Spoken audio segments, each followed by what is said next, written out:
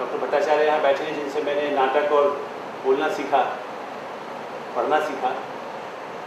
तो उन्होंने ये सिखाया कि अपनी चीज़ों को संभाल के कैसे रखते हैं। रंजन जी हैं जो मेरे बड़े भाई भी हैं, संपादक भी रहे हैं। आनंद जी हैं जिनके साथ हम जर्मनी में रहे। तो ये सब इस बात के गवाह हैं कि हम लोगों ने समाज में कहीं न कहीं इस बात को टटोलने की कोशिश की है कि संस्कृति कहीं की भी हो, पूरे विश्व की हो, मानव समाज की हो, उनके साथ उनको जोड़ने का काम यदि कोई लेकर पत्रकार कर सके तो एक छोटा सा योगदान, जैसे कहते हैं कि आप समुद्र में एक लोटा यदि डालते हैं, एक छोटा सा मटकी डालते हैं तो समुद्र में कुछ नहीं फर्क पड़ता, लेकिन इससे कहीं न कहीं लगता है कि हमारे मन में एक श्रद्धा है कि हम इसी तरह से चाहते हैं कि सब एक जैसे हों, सब में समरसता हो, अद्भाव हो। और इसलिए जिसका जिक्र किया लोई जी ने भी, कि चाहे राजीव गांधी जी के साथ यात्रा की हो, डॉक्टर शर्मा के साथ की हो, नरसिंह के साथ की हो, अटल जी के साथ, मतलब उन यात्राओं के समय में भी हमारी कोशिश होती थी बीच में से कहीं निकल भागे समाज को पहचाने। क्योंकि जब अंबिका जी पर्यटन को बढ़ाती है तो हम लोग जाकर खाली भाषण लिखते हैं कि अंबिका जी ने भाषण किया, तो उतना फ़ायदा न भारत को न उनको होता है। फ़ायदा तभी होता है कि जब हम जैसे पत्रकार जाएँ, साहित्यकार जाएँ, तब समाज को कहीं न कहीं टटोलने की कोशिश कर सकें कि वो भारत के बारे में क्या सोचते हैं और हम उनके बारे में या उनसे हम क्या सीख सकते हैं। मुझे लगता है हर छोटे से छोटे देश में सीखने के लिए बहुत है। जो संघर्ष हम कर रहे हैं ऐसे बहुत प्रकाश संघर्ष, और इसी इस पुस्तक में यही कहूँगा कि कोशिश की है। सही है कि इसमें बहुत ज़्यादा काम हो सकता है और अधिक काम हो सकता है, लेकिन जैसे कहा कि इतने कागज पत्र समेट के रखें, साथ में अपनी नौकरी भी करना है, काम भी करना है, इसी दृष्टि से प्रयास किया है। और सबसे महत्वपूर्ण बात इसलिए महेश भारद्वाज जी जो सागर प्रकाशन के ये बात कहते भी हैं, कुछ लोग कहते हैं जैसे अंबिका जी को याद होगा, चाहे वो कोई भी राजनीति में लोग होते हैं तो उनको लगता है कि ये खास गुट है, ये खास गिरोह है। तो हम लोगों को भी कुछ, मैं हमेशा खुद लोग हमारे बारे में भी कहते हैं कि इनके सब जो लोग हैं कुछ माफिया है। तो ये सही कि अच्छे लोगों का माफिया भी होना चाहिए, खाली यदि गलत लोगों का माफिया होगा तो अच्छे लोग जिंदा नहीं रह सकेंगे। और यही कारण है कि हम लोग कोशिश करते हैं कि यदि अच्छे लोग हैं मतभिन्नताओं के साथ साथ रहें। हमारे कई मित्र हैं, जानते हैं कि हम लोग विचारों की दृष्टि से अलग अलग राय रखते हो, उस पर बहस करते हैं और दूसरों के विचारों को जगह देते हैं। तो ये सही है कि पुस्तक में कहीं जाना चाहते हैं तो जिस समय बड़े पैमाने पर हवाई जहाज़ की सेवाएँ इतनी शुरू हो गई हैं और अंबिका जी हर देश में जाकर इटली में गई हूँ, चाहे अभी हाल में जर्मनी में बहुत बड़ा उन्होंने किया, आगे रिवाज में करने वाले, तो मतलब जहाँ जहाँ वो जाती है तो वहाँ लोग, यहाँ से जब जाने वाले लोग हैं उनको भी पता हो कि वो देश क्या है, उनके बारे में थोड़ी सी यदि जानकारी भी होगी तो उससे लोगों को कहीं न कहीं एक होता है कि आगे जाने का मौका मिलेगा। और उसके बाद भी हम कहीं अपने जो जैसे कहते हैं ग्रंथियों से प्रभावित हो जाते हैं, तो ये न लगे कि हम अमेरिका से चकाचौंध में हो गए। लोग हमारे मित्र लोग कहते भी, या हम कहीं सामने वाले देश में चले जाएं, रूस या चीन में, तो लगे कि सब कुछ अच्छा है। आप देखेंगे चीन और रूस में भी जो ऐसी कुछ टिप्पणियाँ हैं कि जब मैं पहले गया 93 में और उसके बाद अभी 2 वर्ष पहले 2005 में गया, तो कैसे अंतर आया है इस उदारवाद की अर्थव्यवस्था से। हो सकता है आसान हमारा जरूर हो गया जाना, लेकिन उस बदलाव के क्या नुकसान है, क्या खतरे हैं, उसको छूने की कोशिश भी इस पुस्तक में की गई है। और इस अवसर पर मैं आपका सबका स्वागत करते हुए, आभार व्यक्त करते हुए यही कामना करता हूँ कि ऐसी पुस्तक जो महेश जी ने छापी है हिंदी में, जो अंग्रेजी में भी, हम हमेशा ये कहते रहे। हमारे दादा जी ने शुरू में जब 5 साल पहले मेरी पुस्तक छापी थी महेश जी ने, तो कहते थे कि क्या है कवर बहुत अच्छा नहीं बनाते हैं, क्या अभी प्रकाशक अच्छे इनको जरा कीजिए, और उसका असर हुआ है। मेरा ख्याल है शायद ये पुस्तक अंग्रेजी की किसी अच्छी पुस्तक के मुकाबले में भी सर्वश्रेष्ठ ये जिनका प्रकाशन का प्रयास है, तो मुझे लगता है कि हमारा लेखन भी आप तक पहुँच सकेगा, यही मेरी अपेक्षा है। आप सबका बहुत धन्यवाद।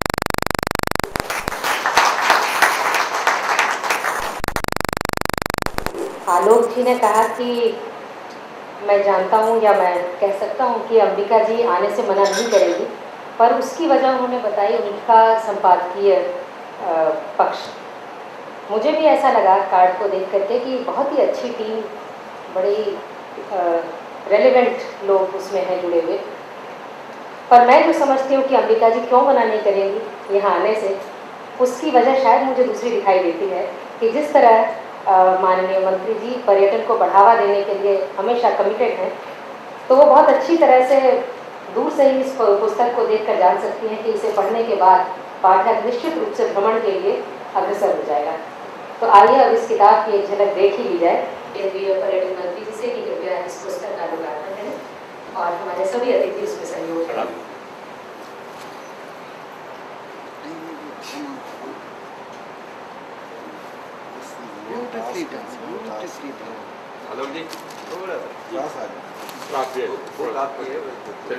आप भी आपने इतना पढ़ा है ध्यानपूर्वक जो है आपने नहीं पढ़ी इसलिए आप कह रहे हैं।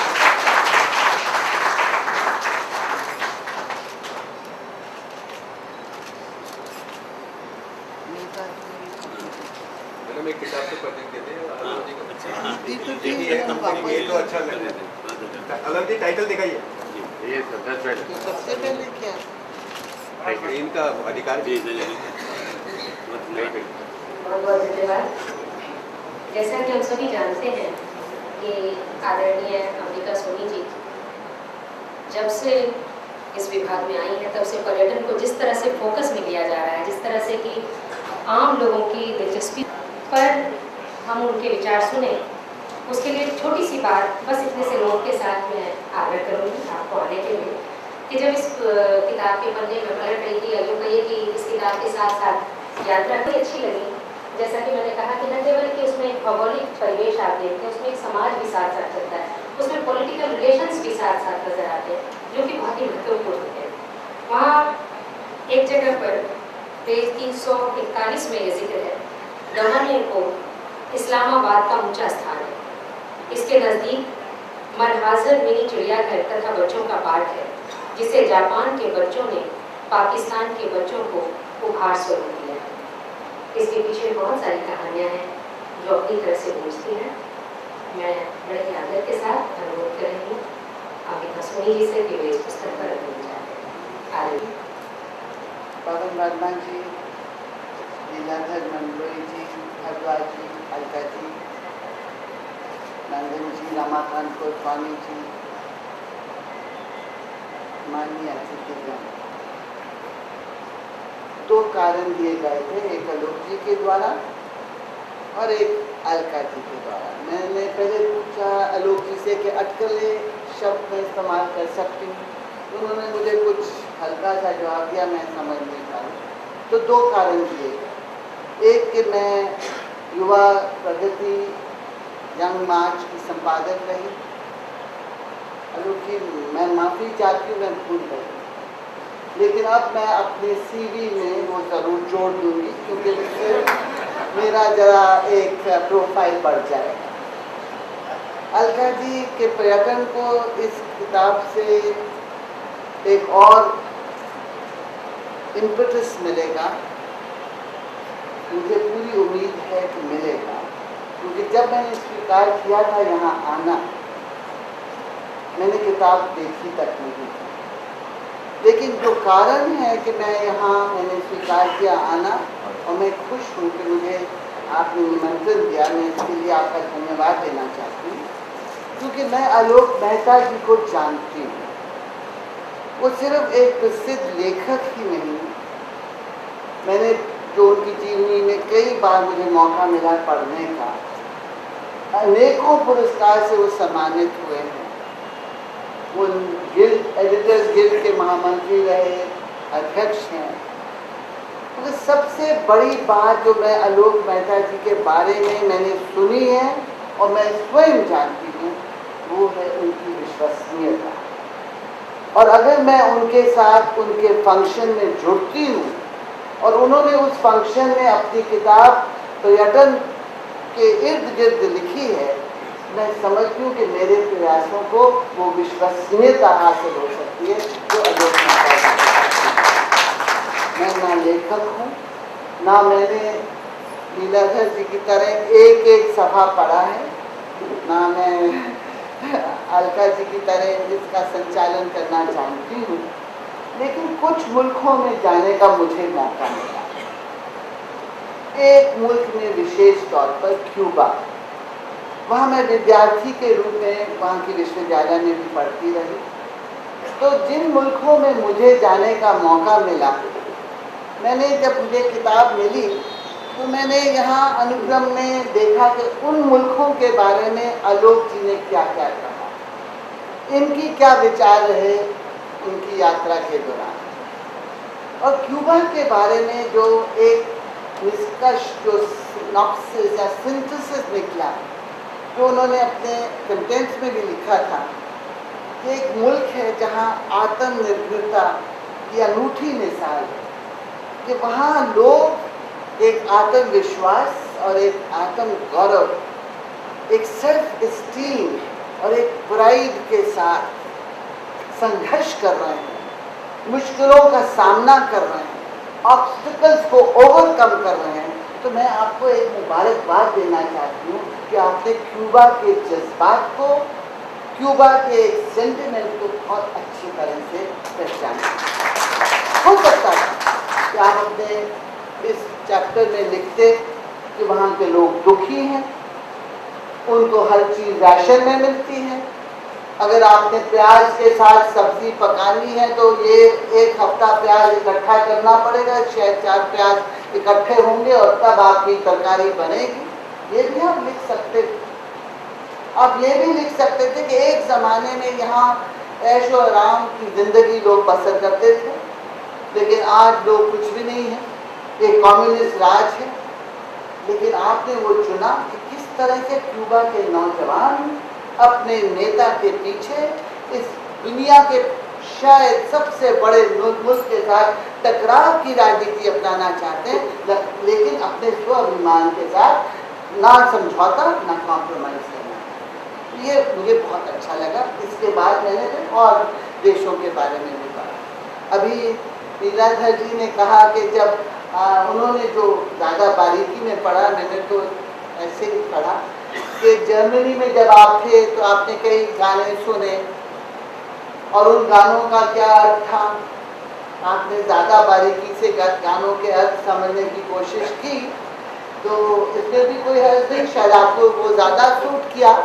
लेकिन मैं जब जर्मनी में थी बहुत साल पहले, अब हाल की बात नहीं करना चाहती, तो एक पेंशन में मैं भी ठहरी, क्योंकि वो हमारे जेब के मुताबिक हम खर्च कर सकते थे। लेकिन मैं 2 दिन जो एक पेंशन में ठहरी, उसके बाद मैंने फैसला किया कि जर्मनी जब भी आऊँगी तो पेंशन में ही ठहरूंगी। क्यों? क्योंकि जो वहाँ की ज़िंदगी का एक आम फ्लेवर है, उनके गाने गाने के जो एक जज्बात हैं, सब मिलकर एक कोई पियानो बजाता और सब अपने फोक सॉन्ग गाते हैं। वो फोक सॉन्ग समझ आए या नहीं आए, लेकिन उस क्या कहते हैं, उस बीट में, उस ताल में, उस संगीत में सब लोग बह जाते हैं जो उस जगह पर बैठे होते हैं, और वो एक अपने में अनोखा अनुभव है। तो उसमें हम दोनों के कुछ तालमेल बने। लेकिन मैं इतना लंबा नहीं कहना चाहती। मैं समझती हूँ कि आपने ये किताब जब मुझे भेजी, आपने एक बहुत अच्छी चीज़ उस किताब में मेरे लिए लिखी, उसके लिए भी मैं धन्यवाद करती हूँ। लेकिन मेरे ऊपर एक जिम्मेवारी और बढ़ी है। आपने कहा कि मैं अंतर्राष्ट्रीय स्तर पर संस्कृति, पर्यटन और समाज को अंतर्राष्ट्रीय स्तर पर हर तरीके से जोड़ने का काम करना चाहती हूँ। तभी मैं भारत में भी विदेशी पर्यटन के मुकाबले में डोमेस्टिक टूरिज्म को ज़्यादा बढ़ावा क्यों दे रही हूँ? क्योंकि मैं समझती हूँ कि डोमेस्टिक टूरिज्म से भारत जुड़ता है, और अगर भारत जुड़ता है, भारत के विकास की रफ्तार बढ़ेगी, और विकास की रफ्तार बढ़ेगी तो जब बाहर से पर्यटन आएंगे, उनका एक्सपीरियंस, उनका अनुभव कंप्लीट इन एवरी सेंस होगा। तो मैं भी ये समझती हूँ कि आपने जो मुझे ये यहाँ लिखा मेरे लिए, मैं उम्मीद करती हूँ कि आपकी ये किताब मेरे उन प्रयासों को और मददगार साबित होगी, क्योंकि आपने अपने हर चैप्टर में आपने अल्जीरिया के बारे में लिखा, राजीव गांधी जी के साथ जो यात्रा इजिप्ट में की उसके बारे में लिखा, आपने अंडमान निकोबार और अरुणाचल के बारे में लिखा, लेकिन आपने जो लिखा उसमें आपने जैसे इन्होंने कहा कि पॉलिटिकल, इकोनॉमिक, सोशल एस्पेक्ट्स को लिखा। मैं समझती हूँ कि आपकी किताब इंसाइक्लोपीडिया तो मैं नहीं कहूँगी, क्योंकि सिर्फ 37 मुल्क अभी तक आप घूमे हैं। अगले 37 मुल्कों की जो किताब निकलेगी दोनों को जोड़कर इंसाइक्लोपीडिया शायद बने, लेकिन एक रिसोर्स बुक ज़रूर है। जब हमारे लोग पर्यटन के तौर पर भी और कई दफ़ा स्टडीज़ के रूप में, कुछ और रिसर्च के रूप में काम करना चाहें, तो आपकी एक रेफरेंस बुक ज़रूर अच्छी साबित होती है, मेरा ये मानना है। और इसको मैं और बारीकी से पढ़ूंगी और मैं ये प्रयास करूंगी कि हमारे टूरिज़्म और कल्चर मिनिस्ट्री के द्वारा जो हम किताबें रेफरेंस के तौर पे रखते हैं, आप तो खैर राजा राममोहन रॉय लाइब्रेरी के एक बहुत महत्वपूर्ण सदस्य हैं, आप ज़्यादा कर सकते हैं, लेकिन आपके लिए अगर करना मुश्किल होगा, क्योंकि स्वयं अपनी किताब के लिए मुश्किल होता है, तो मैं आपको आश्वासन देना चाहती हूँ कि इस किताब को जितना ज़्यादा उपयोग में हम ला सकेंगे, अपने फ़ायदे के लिए हम ज़रूर लाएंगे, क्योंकि आपने एक बहुत बड़ा काम किया।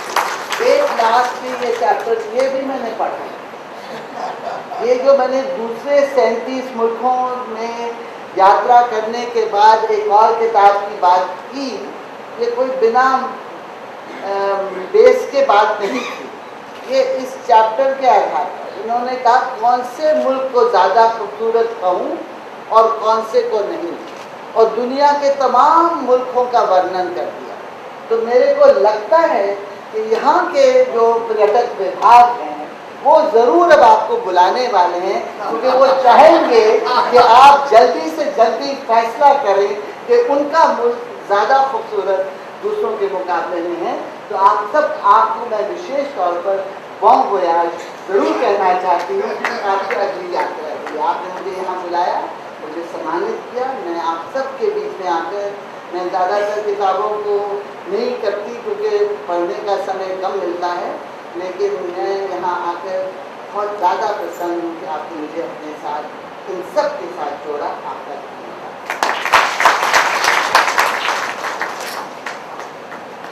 बहुत बहुत धन्यवाद मैडम आपका। बड़े ही रोचक अंदाज में, और जो विश्वसनीयता की बात आपने कही वो वास्तव में आपके अपने संभाषण में भी झलक कर आई, और ऐसा लगा कि आप विश्वसनीयता को लेकर कितनी चौकस हैं, जो कि बहुत ज़रूरी है। एक बात जो कि आपके आलोक जी के खाते में चली जाती है, domestic tourism reference book, resource book, इस तरह की किताब जो आपके लिए एक रिसोर्स बुक का काम करे, जो रेफरेंस बुक का काम करे, ऑफ कोर्स हर एक के लिए उपयोगी बनेगी। और इसलिए भी बनेगी क्योंकि इस किताब को बहुत सारी किताबों से देखकर नहीं, बल्कि अपनी आँखों से जाकर देखकर, उस स्थान के बीच होकर, वहाँ रहकर और फिर जीकर उन चैप्टर्स को लिखा गया है। अब जब हम दुनिया की सैर पर निकल ही गए हैं, तो बड़ा ज़रूरी होता है कि विदेश मंत्रालय से थोड़ी सी अनुमति, थोड़ा सा सहयोग ले ही लिया जाए। और फिर जब इस कार्यक्रम में हमारे बीच बैठे हों श्री पवन कुमार वर्मा जी, जो विदेश प्रसारण सेवा में होने के बावजूद, या शायद इसलिए कि वो उस प्रसारण सेवा में है, विदेश के मंत्रालय के साथ जुड़े हुए हैं और बहुत सारी बाहर की दुनिया को देख चुके हैं, शायद इसीलिए आप महसूस कर पाते हैं या कह पाते हैं कि आपका देश कहाँ स्टैंड करता है। मुझे ध्यान आता है कि अगर अंतरिक्ष में जाकर स्क्वाड्रन लीडर राकेश शर्मा ये कहता है कि सारे जहां से अच्छा हिंदुस्तान हमारा, तो उसके लिए अंतरिक्ष तक जाने के बाद इस बात का अर्थ, इस बात का मूल्य कुछ और हो जाता है। और यूँ हम सभी ये कहते हैं, इसके पीछे भावात्मक पहलू हो सकते हैं, लेकिन जब आप पूरी दुनिया की सैर करने के बाद इस बात को कहते हैं, तब इसका अर्थ फैक्चुअल होता है। तो इस बात को पूरे फैक्ट के साथ रख सकें और अध्यक्षीय वक्तव्य के लिए भी मैं आग्रह कर रही हूँ आदरणीय पवन कुमार वर्मा जी।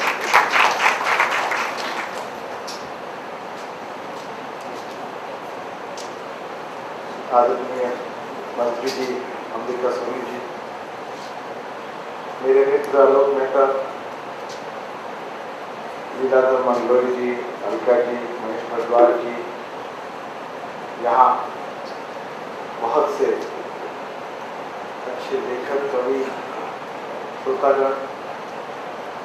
आज आलोक जी का जन्मदिन है तो उनको मैं इस यात्राओं के लिए शौर्य चक्र देना चाहता हूं। मैं फॉरेन सर्विस में होते हुए भी 37 मुल्कों तक नहीं पहुंचा और आमतौर पर कई दफे ऐसा होता है कि पर्यटन के मजे लौट के आने के बाद औरों को बताने में लुत्फ आता है। पर्यटन के दौरान कई जद्दोजहद होती हैं, मुश्किलें होती हैं। मीर ने कहा है, यानी रातें बहुत सी जागे, सुबह हुई आराम किया। तो लौट के आने के बाद जो लुत्फ आता है, पर फिर भी आपने 37 मुल्कों आपने विजिट किए हैं, उसके बारे में लिखा है। मैं समझता हूँ ये बड़ी बात है, क्योंकि ये जो जिज्ञासु उत्सुकता है, देखिए बहुत कुछ नहीं बदलता, बहुत कुछ बदलता भी है। वही लोग वही, इमारतें पुरानी, प्राकृतिक सुंदरता वही। किसी ने कहा है, हमने जाके देख लिया है राह गुजर के आगे भी,